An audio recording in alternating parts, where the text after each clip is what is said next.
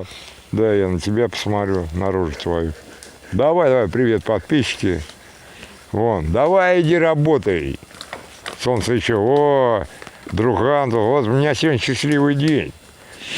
Сегодня за меня пашут. Вот, вон мне, трудяги-то, ёпарасы. Он побежал, вспомнил. Вот что так далеко бегать, когда они прям рядом растут? Ой, лентяи. Я выключаю пока. Бегом, смотри, и сдохнешь сейчас весь. Вот. Представляете себе, а? Просто представьте, вот с такими людьми, сухого чуть-чуть, а вот это ужас с земли подбирает, вот прям ужас, вот так вот подойти, посмотреть. Вот. И вот это должны как-то испепелить. Они сейчас, наверное, дров на полгода принесут, давайте сожгем все сразу, да? Не, это опасно все. Вон.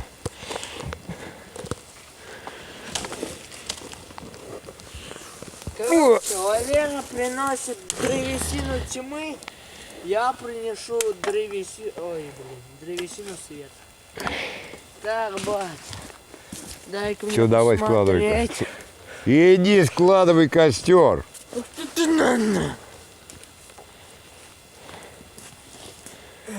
Я тебе потом волшебные спички дам. Ну и что ты делаешь? Бумагу потом подсовывать будешь? Нет, сначала бумагу. Ну ладно, это не это, как сказать.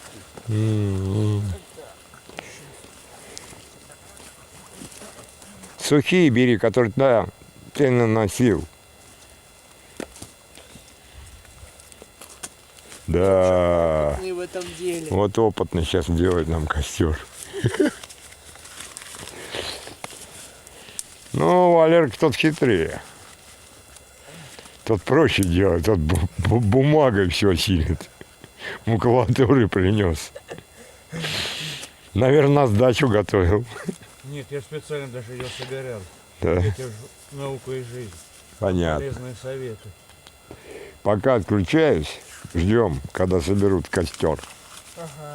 О, посмотрите, как. Давай еще. Видите, что-то получается. Смотрите-ка.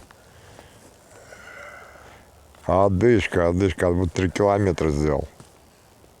Да я сам-то не сломай, не переживай. Но видишь, она просто посередине, чтобы было. И все. Все, на, спички тебе. Используешь одну. Больше нет. Перчатки, родной мой. Ну, подожди. Покажи их. Нет, ты покажи спички сами. Что-то коробок обычный. Спичечку достань вот одну.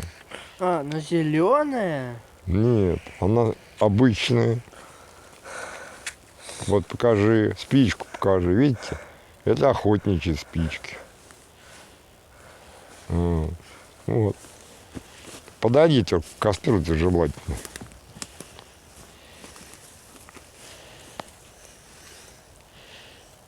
Не дыши, а то потухнет того.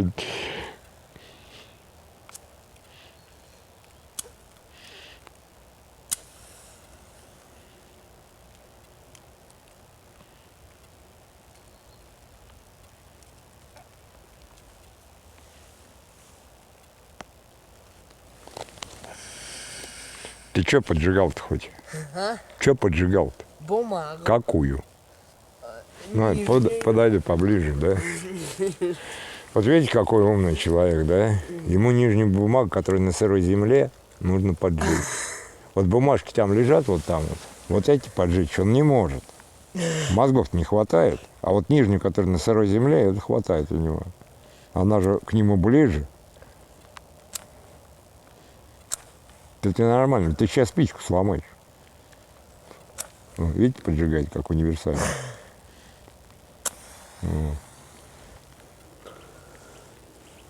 Он даже, наверное, бенгальский огонь также разжигать будет. Ну, вот бумаги сколько подкладывай. Бумагу подкладывай. Вот бумага. Вот, видишь?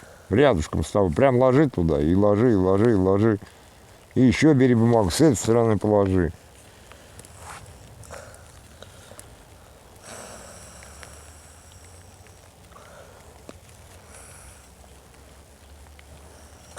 Вот. Вот представьте себе. Вот еще разгораться-то будет 3 года. Ой, у моего сына хоть чего-то получается. У меня вообще это не получалось.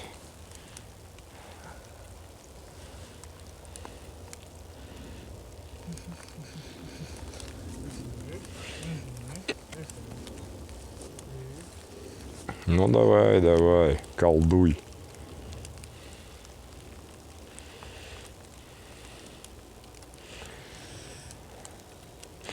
У тебя бумаги еще столько лежит. Вот что ты бумагу не суешь? Суешь доски. Ты думаешь, доски прям вот поленья сейчас тебе загорелись, да? Для того, чтобы они загорелись, они все равно тоже влажные. Ты должен как можно больше сделать температуру. Вот как мы сантехники делаем. Чтобы горячей труб были, просто сели на нее и сидим. Правильно, Валя? Правильно. До 45 градусов.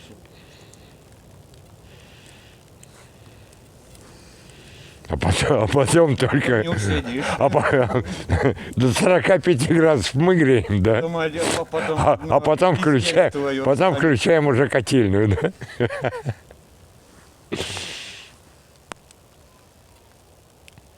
Ну вот. Да бросай, бросай. Что ты ее вот держишь, я понять не могу. Что думаешь, у тебя дрова загорятся, если ты ее держать будешь? Не знаю. Ну вот как не знаю. Закрыл весь обзор только. Да захватит бумаги-то. Ты хочешь всю бумагу израсходовать сразу? Ну давай, что, книгу прям ложи, пускай булькает.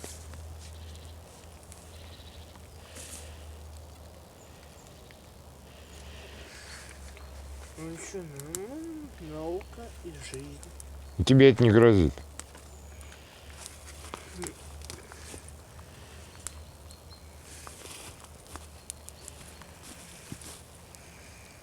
О, хоть Валерка решил подсветиться. Ну, старый конь, это понятно. Сразу все пойдет.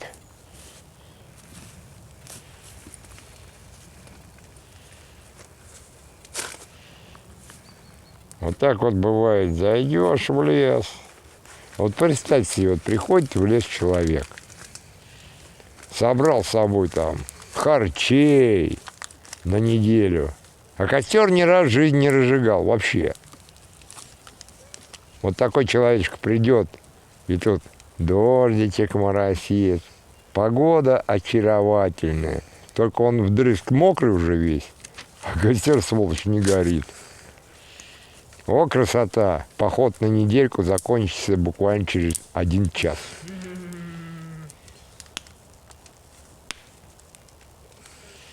Бать, для тебя, лично для тебя по заказу самокрутку делаю. Только ее нужно курить быстро. По моему заказу ты ничего вообще сделать не можешь. А у меня табака столько нету. Понимаешь? Ладно, я вырубаю пока. Сейчас ставлю. Ну что, будем Видно? отвечать на ваши вопросы. Вот вы нас согни увидели. сюда. Вот вы нас Сюда увидели. согни. Сейчас согну. Держи.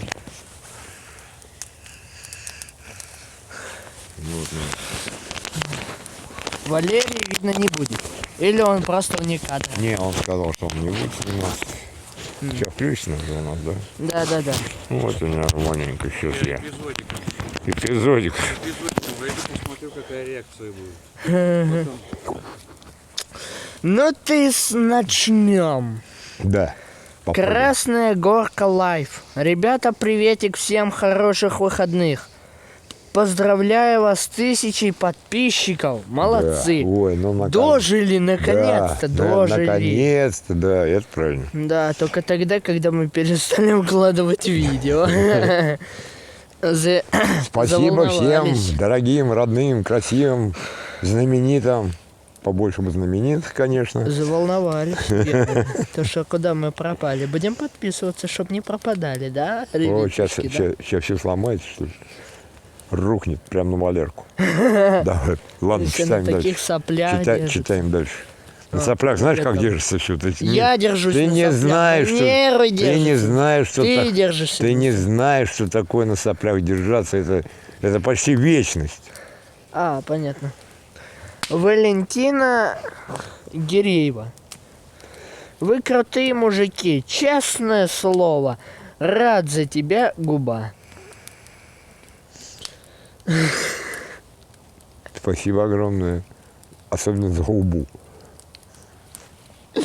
Главное, меня смутило то, что Валентина Гиреева. Я рад за тебя. Вот это меня больше всего смутило. Давай. Руслан Маршапов. Салам, парни, как делишки? Чё там? Красавчики. Малейкум ассалам. Малейкма. Чего там? Вон мы показывали, огни разжигаем. Полная фигня. вообще. Картофанчику попечем. Вообще фигня. Щас полная. тематику Ничего зажгем. хорошего. Поехали. Ничего хорошего. Вообще ужас ужасный. Ужас ужасный. Ирина Бэбка. Я сейчас попробую прочитать. Ребятка, вы такие классные. Смотрю вас, и мне душе становится спокойно и радостно. Валера. Валера в душе философ и психолог. Вы с Пашей творческие люди. Дурдом по вас плачет, Да. по вам плачет, да? Да, Нормальное да. явление, в принципе, спасибо огромное. Развивайся, Паша. Потенциал у тебя огромный. И Чего там и... в плане музыки, и в плане спорта. И много поспать. В твоем возрасте это тоже здорово. Да, первое место. Всегда вас поддержу лайкосиком и комментарием. Вот теперь можешь говорить. Теперь тебе говорит. Носик вот здесь вытри. Грязь вон там. У тебя и рука такая же чистая. Вытер. Перчатки я ему давал специально, чтобы он руками. Да. Именно. Именно для этого нужны перчатки. Так, что там у нас? В физическом плане там было написано и так далее. Айзаре. Фамилию не разобрать. Красавец, Валера. Красавец. Молодой. Угрюмый. Кривоносый. Беззубый. Красавец. Зато ноги прямые. Зато как бы он красавец. меня не приковал. Красавец. Ага. Спасибо. Елена Свет, твоя подружка. 1000 подписчиков. Поздравляю. Спасибо. Давно. Мы еще никак А я не жадный. Маловато будет. Мы думали, не доживем до этого момента. Автандил. Амба, расскажи, как ты под себя сходил на базе, и маэстро тебе штаны покупал. А что рассказывать-то? Понос, ёпарас, это как будто ни у кого не было. Знаете, все такие прям не засранцы.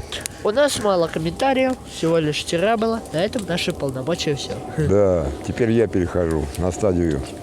Музыканта, Нет, актера, не музыканта. сюжетника. Сегодня у нас серьезное очень такое, как бы сказать, повествование.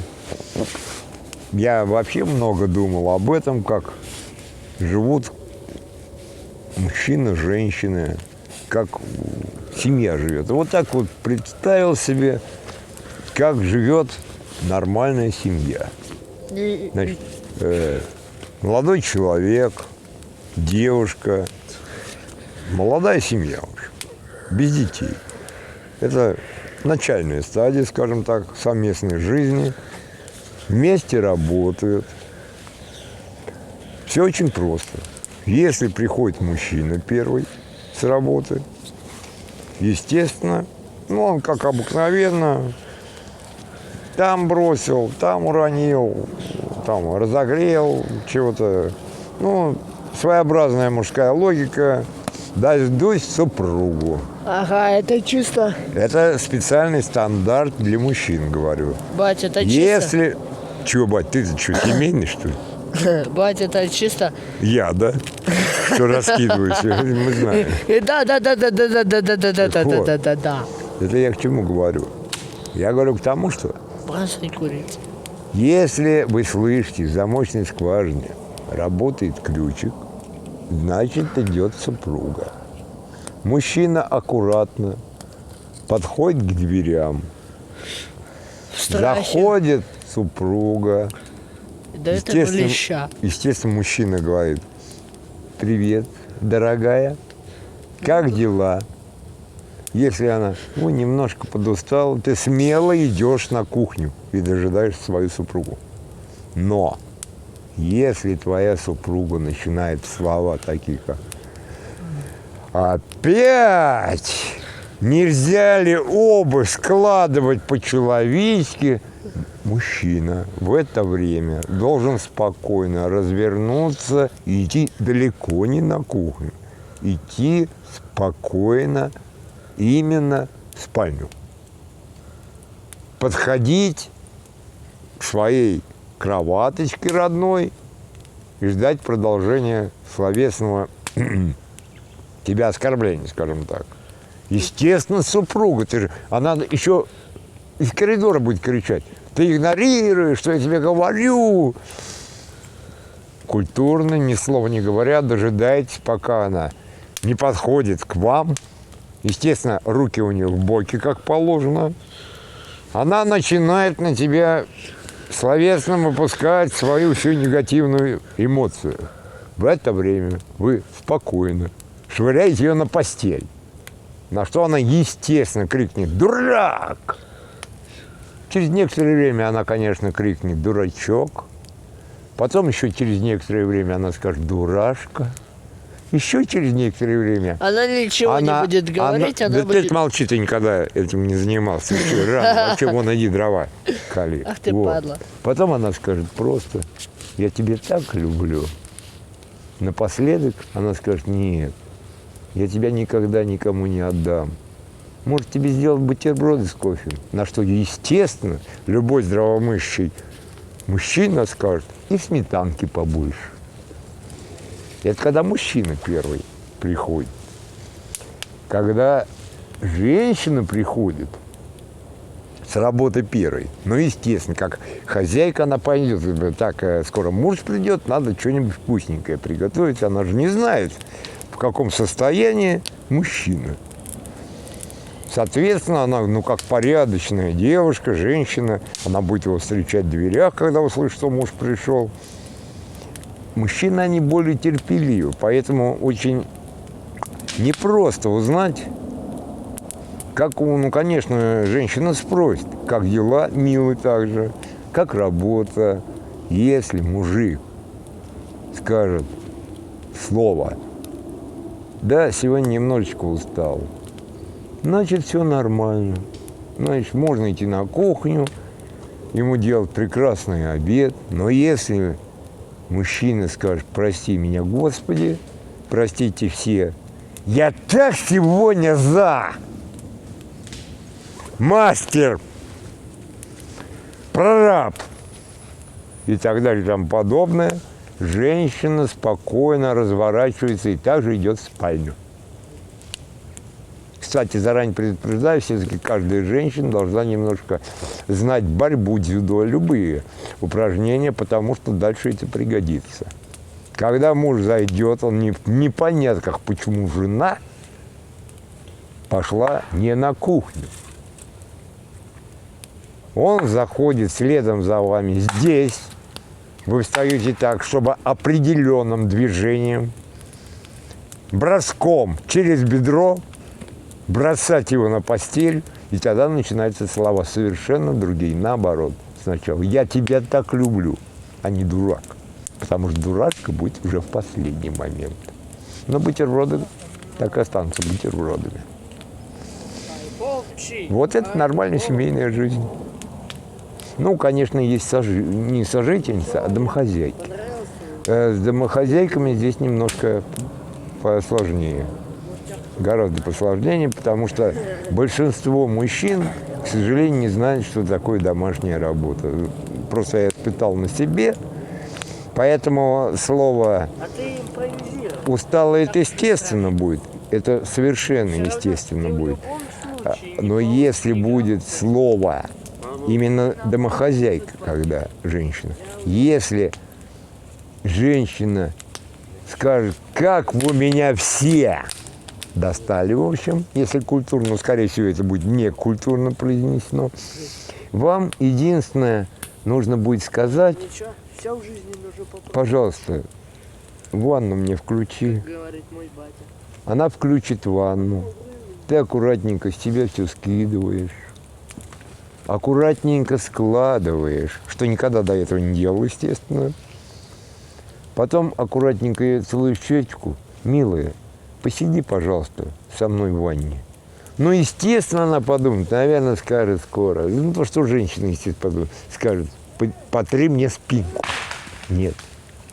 В этот момент, зная, что у нее плохое настроение, нормальный мужчина скажет, милая, а ты не могла бы присоединиться ко мне? Она говорит, ты что, дурак, что ли? Что я там забыла-то? А ты скажешь, а мне неудобно смотреть в твои прекрасные глаза, слышать прям твой голос, голову поворачиваться приходится, а так ты будешь напротив меня. Ну, когда она займет положение рядом с вами в ванне, я так думаю, у всех произойдет одно и то же. А дальше, как всегда, кофе, бутерброды и сметана. Я думаю, мои нравоучения вам понравились. И советую все-таки, бережнее относитесь друг к другу. Это самое главное. Просто это... Вот я потерял свою жену, но это было, к сожалению, не умею прощать. Я лично не умею прощать. Хотя, когда я был счастлив. Это мое мнение, я никому не говорю, что это лично мое мнение, что мужчина без семьи, он не мужчина. Это так, что-то половинчатое. Когда нету своей половинки, это, ну, мне это не хватает. Вот мне вот, например, вот, да, у меня прекрасный ребенок, у меня прекрасная мама. Вроде бы семья, но она не то, что мне нужно. Ребенок, да, это святое, это для меня, что старший, что младший, это все, что у меня, наверное, есть в жизни. Мама, это, естественно, другого ничего не надо. Но без семьи, вот, которая ты вот создается вместе, совместно, вот, семья – это то, что ты начинаешь создавать. Не то, что ты один, вот я сделал себе семью. Нет, конечно, ни в коем случае. Семья, она создается парой. Именно парой. Когда вот мне безумно нравилось, когда придешь, ну все там покушали, там посидели немножко, уже просто отдыхать. Легли отдыхать. И моя жена мне говорила, расскажи что-нибудь. Я говорю, Зань, ну вот что тебе можно рассказать? Вот что у меня такое? Я работал тогда в основном на кладбище. Что я могу рассказать? Она, ну чего-нибудь. Вы знаете, как это приятно? Просто приятно, когда вот женщина тебя слушает, причем женщина мужчину слушает так, от чего ты получаешь кайф. Это не то, что тебя слушают твои друзья, которые в большинстве, ну не то, что друзья, там товарищи, которые в большинстве, как ни странно, про себя думаю, ну да, в общем, ППП. Говори, слава богу, у нас шапки хорошо лежат, макароны, вермишель, ничего там не будет. Нет. А сказки я люблю, рассказывать люблю. И в будущем обязательно вам расскажу. Сейчас пока отключусь, включимся немножко попозже, когда уже будем, ну не то чтобы кушать, начнем готовить, будем закидывать картошечку, обязательно это будем показывать. Сразу предупреждаю, бутерброд себе делайте заранее, потому что я знаю, как это происходит, когда смотрят, как из углей достается картошка. вы будете наблюдать за этим, сразу готовьте себе бутерброд, потому что захочется по-любому, слюновыделение попрет, и очень сильно. Да, в ванну, если женатый смотрит там или с девушкой, то в ванну обязательно попробуйте принять совместно, это понравится. Это сближает очень сильно, очень сильно. Ну, а пока с моим, как говорится, Там Вот чайник завелся. да, вот видите, у нас теперь еще чайники заводятся. Ну, в смысле, у нас же завелся, много имеет. Вот, завелся, в смысле, завелся как машина. Завелся как живность у тебя заводится. Надя же дома. марихуану будешь? Марихуана, ну давай сигарет тогда. Ну Марихуана. ладно. Ну это все правильно ты делаешь, кстати. Знаешь почему? Почему? Вот я не понимаю тех людей, которые вот рядом с костром находятся и поджигают спичку, чтобы подкурить. Представляете себе, рядом с костром сидеть и спички тратить, чтобы тебе подкурить. О, все, загорел. Все, не благодари. Смотрите, какой дымок идет. Ну хорош ты, уголь, не дай бог, попадет. Ну а чё? Чертова пепель. Лерж, ну добавляй про семейную жизнь что-нибудь. Ляп. Прикурить. Это прикуриватель нового поколения. Да, что-то Валер хотел про магию спросить у меня. Чего? Спрашивай. Ну ты можешь мне вопрос задавать, я тебе отвечу. Глухнемой. Почему-то. Подпевал красиво, а сейчас с понтом делал глухнемой. Стесняется, походу. Он? Ну да. Он стесняется. Расскажите, Валерий Павлович, историю из жизни, связанную с этими способностями человека. А, ну в смысле, как магией начал заниматься. Ну, или какой-нибудь момент в жизни, который Но то, тебе что- помог. Нет, Правильно, на самом, я сейчас справиться с ситуацией. Валер, я сейчас объясню. На самом деле все было, да, вначале тогда же был, как говорится, социализм, коммунизм. У нас ни во что не верили. Все было до безобразия просто. Книжки, фантастику читал, сказки разные. Я же, чтобы к себе привлечь внимание, хоть как я себя считал не очень-то, как говорится, компанейским человеком, драться не любил, матом не ругался, не курил. И чтобы как-то привлечь внимание, я начал заниматься такими вещами, как кого-нибудь вызвать, какую-нибудь страшную историю рассказать. Это получалось, вокруг меня появлялся коллектив, который именно слушал. И это людям нравилось. А как я начал догадываться, что чего-то могу, это как раз началось все с «Пиковой дамы». Мы еще детьми тогда были, вызывали. Это я потом расскажу, как вызывали. Началось с «Пиковой дамы», которую очень многие видели. Это не так, как в кино, конечно, это наиграно в кино, хотя много правильно. Вот, в основном зазеркалье. Опасная вещь, я еще тогда рассказывал, что с зеркалом не шутят. Если человек хочет свою внешность, например, увидеть, настоящую, истинное свое лицо, зеркало не покажет истинного лица. Только вода. Вода может показать твое истинное лицо. Поэтому раньше и смотрелись в воду люди. Посмотрел в воду, ты свое истинное лицо увидел. А зеркало может исказить. Может исказить и в хорошую сторону, может и в плохую. А может человеку дать настроение. Может даже к суициду привести. Просто обычное зеркало. И все будут... Зазеркалье – это не шутка.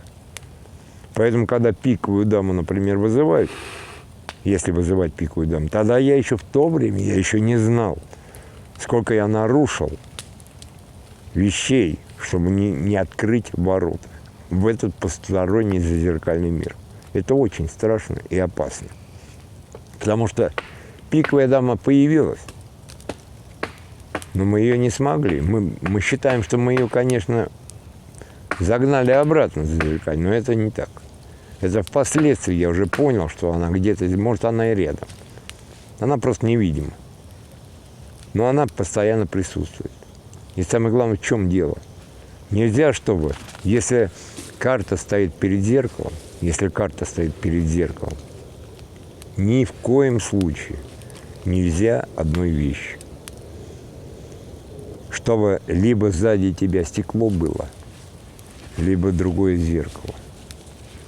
Потому что когда зеркало стоит перед картой, пиковая дама может появиться не в этом зеркале, а в другом, которое за спиной или рядом с тобой. Даже обычное стекло, как получилось у нас.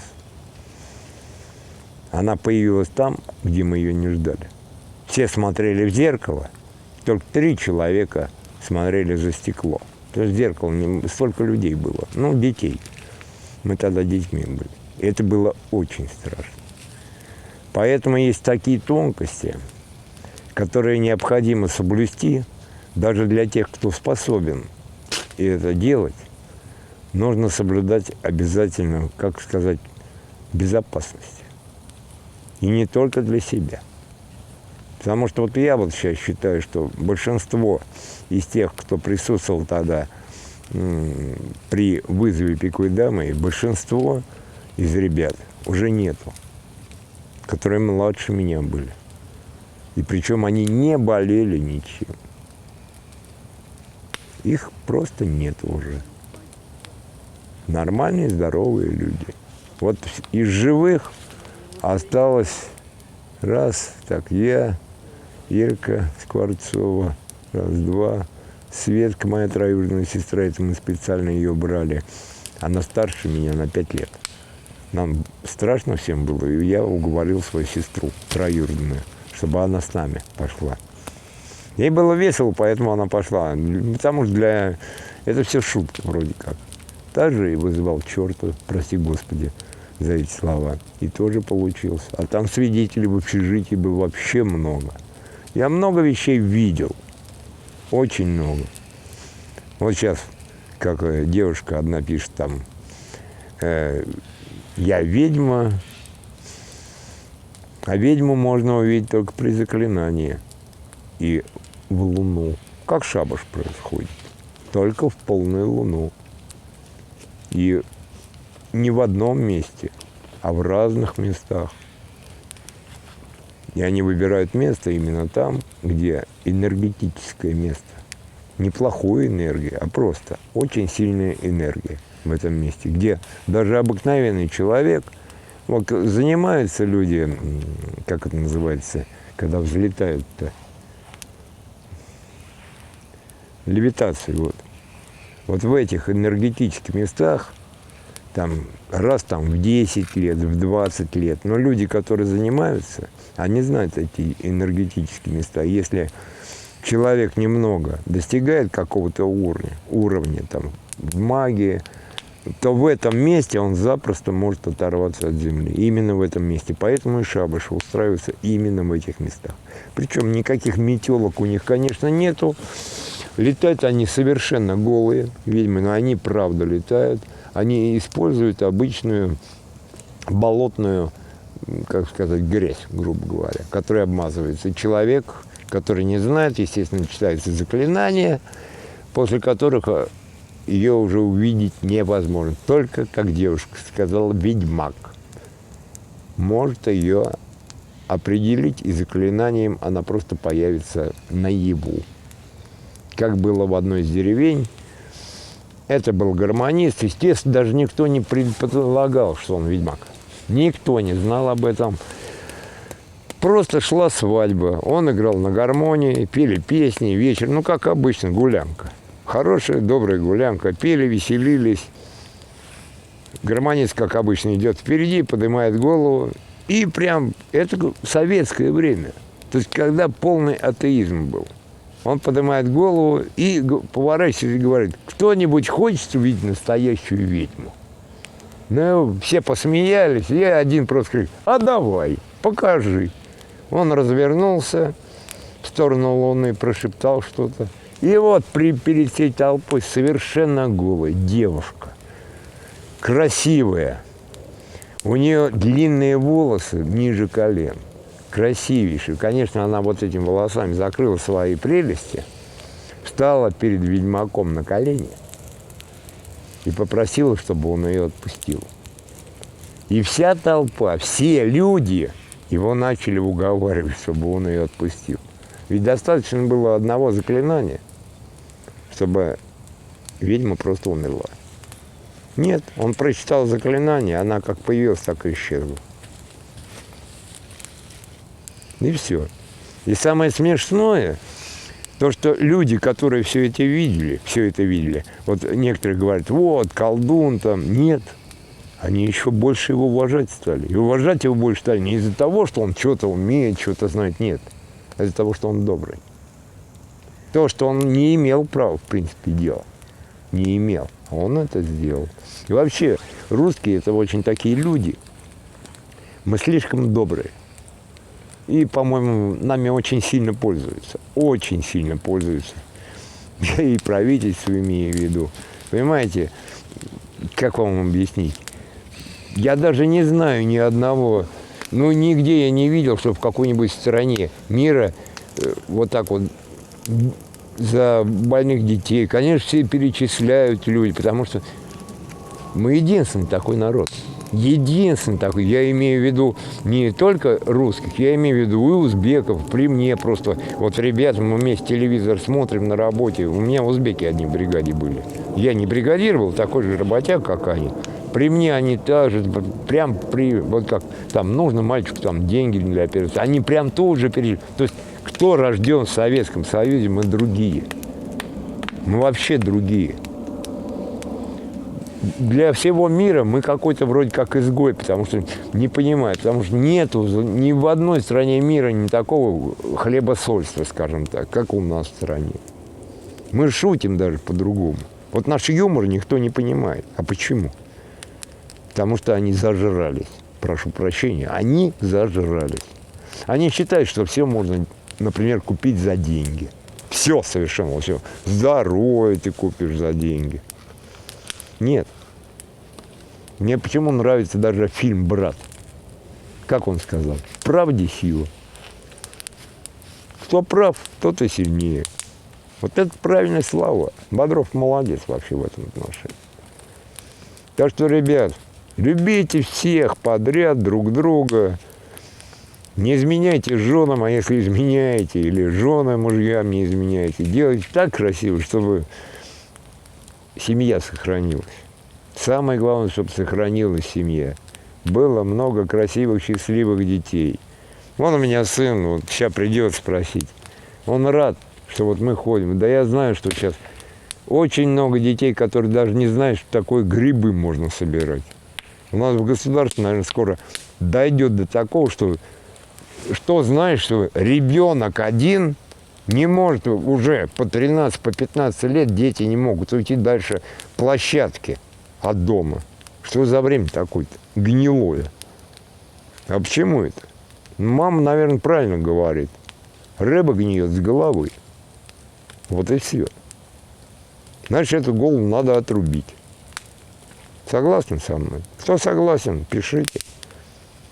Мы почитаем с удовольствием. Надеюсь, скоро уже будем напрямую отвечать на вопросы. Специально выберем время, когда нам удобно это будет делать, чтобы каждый день можно было отвечать.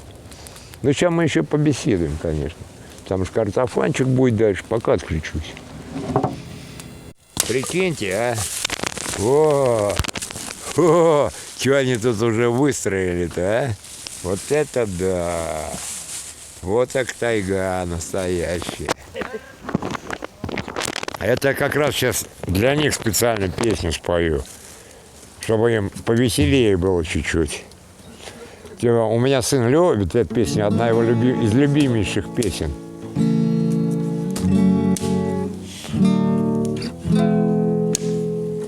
Хей-я, тиндербая, хей-я, тиндербай. Хей-я, тиндербая, хей-я, тиндербай.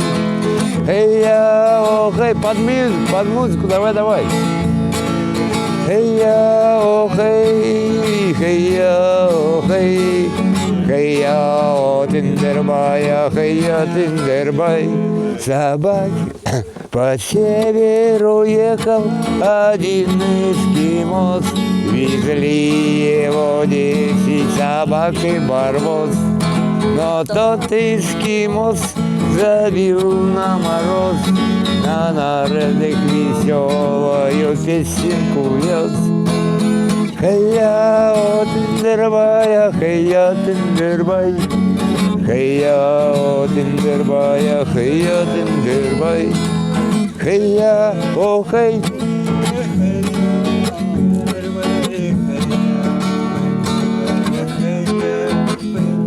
Собаки бежали, трясли языком, а смелый барбос был у них вожаком.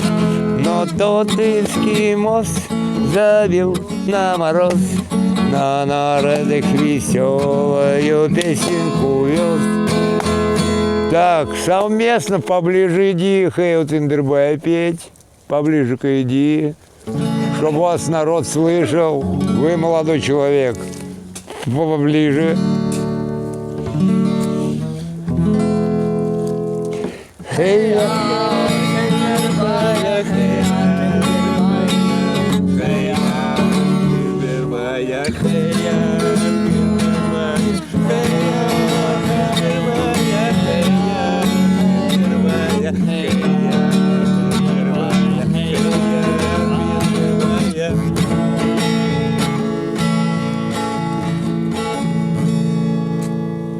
Аллилуйя! Сниматься паразит не хотят, конечно, ну что поделаешь-то. Там бревнышко одно видно, о, волшебный палец. Значит, нормально. Батя, я тебе еще такой волшебный. Ну вот так и ставь, что-то, так и ставь. Прогорит. Ну, пока хватит, ребят, угли будут, тогда еще можно будет набросать. Ух ты, нифига себе тут печет, блин. Где, что там печет? А ты руку сюда А подставь. что, я дурак, что ли? Руку туда подставляют. Пускай умные подставляют. Ну, одни ноги только видны, и костер. Ну и руки периодически. Вот теперь тебя чуть-чуть видно. Вот, более-менее тогда. О, мое бревно ломает свои ветки, прикиньте. А? Сейчас, пока руки не отобьет, будет долбить.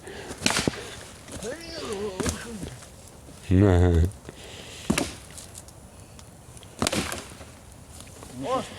Так, ну что, вам надо спеть какую? Веточкой будем вот это дерево пилить. Песня китайских парашютистов. Вам устроить песню китайских парашютистов? А? Я за.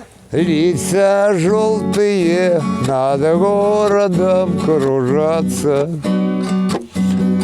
с тихим шорохом к нам под ноги ложатся. И от осени не спрятаться, не скрыться. Лица желтые, скажите, что вам снится, что вам снится. А теперь... Что вам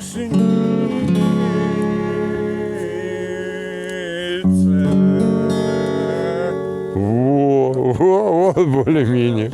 Ну ладно, у китайцев рыбный день. в конце нажал?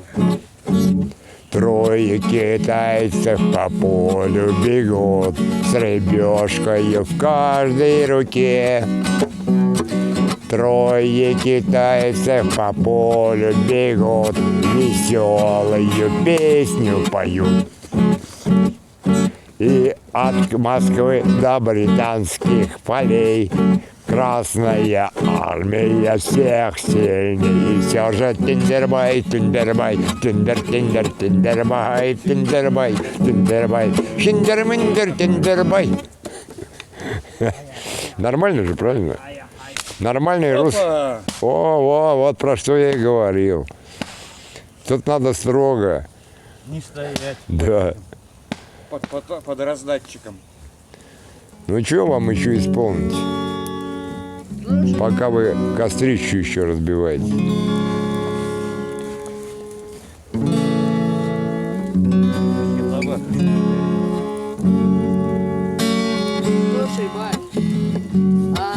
Слушай, бать, а можешь вот так вот, чисто на гитаре вот так вот.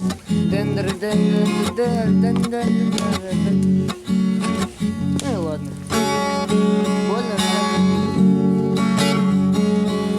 Когда ты в бриллиантах и деньгах, друзья тебя качают на руках. Когда ты получаешь миллион, они с тобой хохочут заодно. Когда не в бриллиантах, а долгах,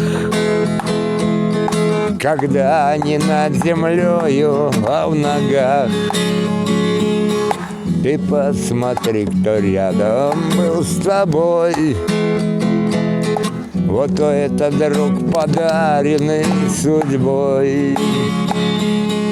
У радости друзей всегда полно, но в тот момент, когда в душе темно, из 10 останется один, кто рядом был без видимых причин. А те, кто хохотали в унисон и тратили с тобою миллион, сейчас все так же будут хохотать, с врагом твоим тебя же обсуждать.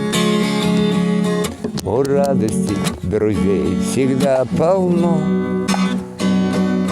но в тот момент, куда в душе земно, из 10 останется один, кто рядом был без видимых причин. Не трать на них себя, а посмотри,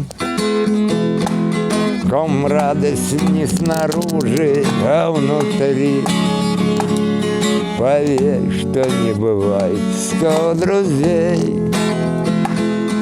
но есть среди них, которые 100 верней. У радости друзей всегда полно, и в тот момент, когда в душе темно, из 10 останется один, кто рядом был без видимых причин. Не трать на них себя, а посмотри, а потому что в нем душа живет, которая без слов тебя поймет. А остальных забудь, ведь их душа не помнит, к сожалению, не стоит, к сожалению, и гроша.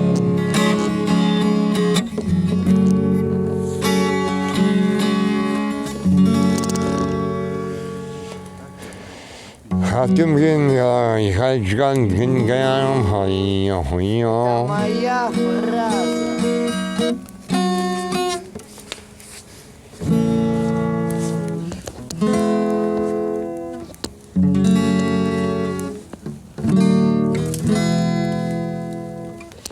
От старых друзей весточки нет, грустно.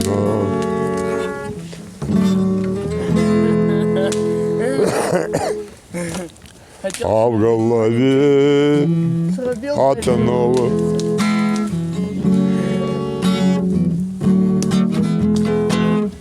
ну вот, все. Это оставим, а то уже много всякой ерунды.